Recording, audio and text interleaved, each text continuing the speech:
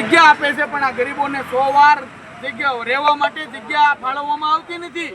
તો મહેરબાની કરીને અગાઉ આ ભ્રષ્ટ ભાજપ સરકાર અને નરેન્દ્ર મોદી પણ મોટા મોટા નાટકો કરે છે કે મારી બહેનોને હું આમ આપીશ, મારી બહેનોને આમ આપીશ।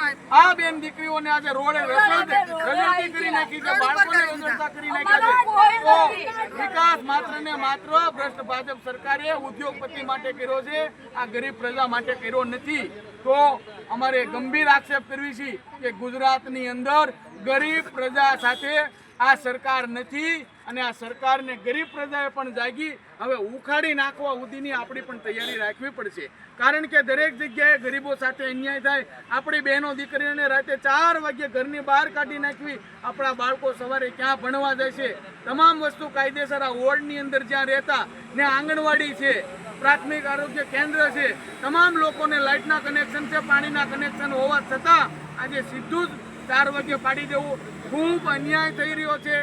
અને આવા લોકોને મદદ અર્થે ગુજરાતભરની અંદરથી જે જાગૃત નાગરિકો છે, ગરીબોનો અવાજ બની આ લોકોની મદદ કરવા તમામ લોકોને અમે એક હાકલ કરીએ છીએ। તો જ્યાં ત્યાં ગરીબ સાથે અન્યાય થાય ત્યાં લોકોને મદદ કરો। જય હિન્દ, જય ભારત।